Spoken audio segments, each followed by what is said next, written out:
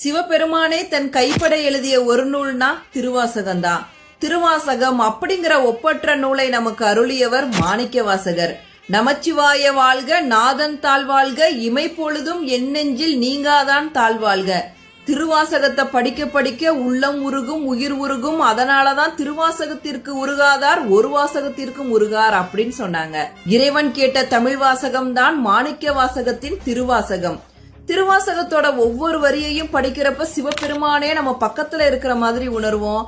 அந்த அளவுக்கு சிவபெருமான் மீது அன்பையும் காதலையும் பக்தியையும் ஊற்றி எழுதியிருக்காரு மாணிக்கவாசகர். 32 ஆண்டுகள் வரை மட்டுமே வாழ்ந்த மாணிக்கவாசகர் சிதம்பர நடராஜர் கோவில்ல மக்கள் அனைவரும் பார்க்கிற மாதிரி ஆனி மாதம் மகம் நட்சத்திர அன்னைக்கு சிவபெருமானோட 2.5 கலந்தாரு. அந்த நாளதான் மாணிக்கவாசகர் குரு பூஜைன்னு ஒவ்வொரு வருஷமும் எல்லா சிவாலயங்களிலும் கொண்டாடுறோம். இந்த வருஷம் மாணிக்கவாசகர் குரு பூஜை வருகின்ற ஜூன் 29ஆம் தேதி கொண்டாடப்பட இருக்கு.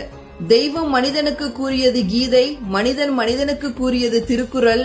ஆனால் மனிதன் தெய்வத்திடம் கூறியதுதான் திருவாசகம்.